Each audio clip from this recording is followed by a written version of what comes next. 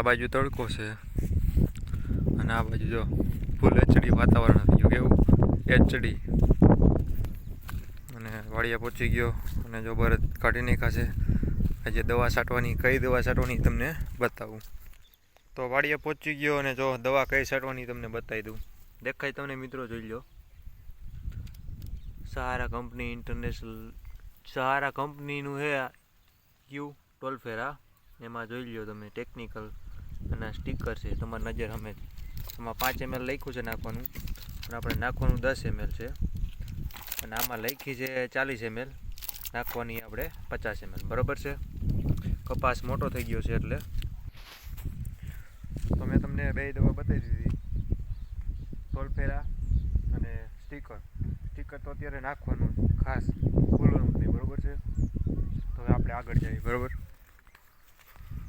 તો જો ઝાડવાને બધે બેવડા તેડા કરી નાખ્યા વરસાદના, ને એમાં જો બી આવી ગયા, જો નકરા બધા. આળવીના પાંદે જો પીળા પડી ગયા, હવે પાકી ગયા. હવે કોઈ નકર આળવીના પાન છે. અહીંયા ફુદીનો હોય, જો આ બાજુ પાછા ઝાડવા, આ બાજુ પપૈયા 2-3, અહીંયા પપૈયું, આ બાજુ પપૈયા, અહીંયા પપૈયા. અને સોયાબીન જો 10-15 દિવસની મલપા પાકી જાય, પીળા તો પડી ગયા છે. સોયાબીન પૂરા થાય પછી 20 નંબર મગફળી આવી જાય. એ જો હવે પાક ઉપર આવી જાય. બે સોયાબીન મગફળી બે હારે પાકી જાય. ઓલી મગફળી જેની પાકે વીટી બત્રી, આ 20 નંબર છે, એ પાકી જાય. બરાબર છે. તો હવે તમને શાકભાજી બતાવો.